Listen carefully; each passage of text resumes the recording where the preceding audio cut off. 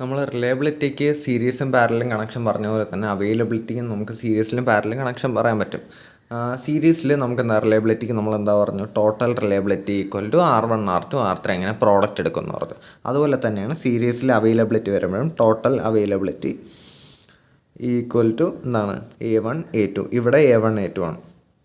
കൂടുതൽ വരികയാണെങ്കിൽ എന്താണ് if more devices A total equal to A1 A2 ഇങ്ങനെ എത്ര ഡിവൈസ് ഉണ്ട് AN വരെ എടുക്കാൻ പറ്റും. എന്ന് വെച്ചാൽ നമുക്കിപ്പോൾ നമ്മൾ സം ചെയ്യുമ്പോൾ സിഗ്മ യൂസ് ചെയ്യില്ലേ, sigma I equal to 1 to K എന്നൊക്കെ പറഞ്ഞ് എഴുതുമല്ലേ. അതുപോലെ തന്നെ നമ്മൾ പ്രോഡക്റ്റ് എടുക്കുമ്പോൾ പൈ ആണ് യൂസ് ചെയ്യുന്നത്. അപ്പോൾ pi of I equal to 1 to N AI. ഇതാണ് അവൈലബിലിറ്റി, ടോട്ടൽ അവൈലബിലിറ്റി സീരീസിൽ കണക്ട് ചെയ്താൽ.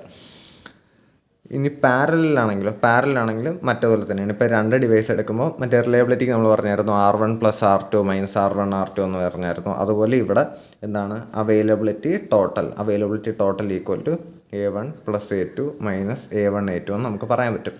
ഇനി സപ്പോസ് 3 ഡിവൈസ് ഉണ്ടായിരുന്നെങ്കിലോ, 3 ഡിവൈസ് ഉണ്ടായിരുന്നെങ്കിൽ മറ്റേപോലെ തന്നെ എന്താ നമ്മൾ പറയുമായിരുന്നു, A total equal to A1 + A2 + A3 -A1 A2 -A2 A3 -A1 A3 +A1 A2 A3 എന്ന് നമ്മൾ പറയുമായിരുന്നു. ഇനി 3ൽ കൂടുതൽ ഡിവൈസ് ഉണ്ടായിരുന്നു നമ്മൾ എങ്ങനെ പറയുമായിരുന്നു, അത് നമ്മൾ നേരത്തെ പറഞ്ഞിരുന്നു. റിലയബിലിറ്റി നമ്മൾ എങ്ങനെയാണ് കണ്ടുപിടിച്ചത്, നമ്മൾ എവിടെ എഴുതാം, ഓക്കെ ഇവിടെ എഴുതാം. റിലയബിലിറ്റിയുടെ കാര്യം ഇവിടെ എഴുതാം. നമ്മൾ എന്താ പറഞ്ഞത്, നമുക്കിപ്പോൾ R1 R2 അങ്ങനെ കുറേ ഡിവൈസ് ഉണ്ടായിരുന്നു വെച്ചോ, അല്ലെങ്കിൽ വേണ്ട താഴോട്ട് എഴുതാം. നമുക്കിപ്പോൾ കുറേ ഡിവൈസ് ഉണ്ട്. തൽക്കാലം ഒരു കാര്യം, R1 R2 R3 R4 ഇങ്ങനെ ഇത്രയും ഡിവൈസ് ഉണ്ടായിരുന്നു വിചാരിച്ചോ. ഇതെല്ലാം പാരലാണ്. ഓക്കെ, ഇതെല്ലാം പാരലായി. ഓക്കെ, അപ്പോൾ ഇത്രയും ഡിവൈസ് ഉണ്ടായിരുന്നു വെച്ചാൽ അങ്ങനെയാണെങ്കിൽ R1 എന്ന് പറഞ്ഞാൽ R1 വർക്ക് ചെയ്യാനുള്ള പ്രോബിലിറ്റി. അപ്പോൾ R1 വർക്ക് ചെയ്യാതിരിക്കാനുള്ള പ്രോബിലിറ്റി എത്ര, 1 - R1. R2 വർക്ക് ചെയ്യാതിരിക്കാനുള്ള പ്രോബിലിറ്റി എത്ര, 1 - R2. R3 work ചെയ്യാതിരിക്കാനുള്ള 1 - R3. R4 work ചെയ്യാതിരിക്കാനുള്ള 1 - R4. അപ്പോൾ ഇതെല്ലാം കൂടെ ഒരുമിച്ച് വർക്ക് ചെയ്യാതിരിക്കണം, എങ്കിലല്ലേ സിസ്റ്റം ഓഫ് ആവുള്ളൂ. അപ്പോൾ സിസ്റ്റം ഓഫ് ആവണമെങ്കിൽ ഇതെല്ലാം ഒരുമിച്ച് വർക്ക് ചെയ്യാതിരിക്കണം. അപ്പോൾ എല്ലാം ഒരുമിച്ച് വർക്ക് ചെയ്യാതിരിക്കാനുള്ള പ്രോബിലിറ്റി എത്ര, ഇതെല്ലാം ഓരോന്നായിട്ട് വർക്ക് ചെയ്യാതിരിക്കാനുള്ള പ്രോബിലിറ്റി എന്താണ്, പ്രോഡക്റ്റ് ആയിരിക്കുമല്ലോ.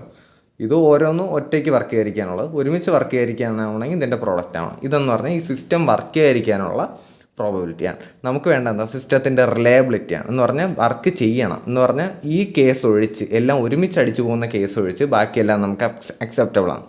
അപ്പോൾ നമ്മൾ എന്ത് ചെയ്യും, ഇവിടെ 1 - എടുക്കും. ഇതാണല്ലോ നമ്മുടെ സിസ്റ്റത്തിൻ്റെ റിലയബിലിറ്റി, R ഓഫ് സിസ്റ്റം.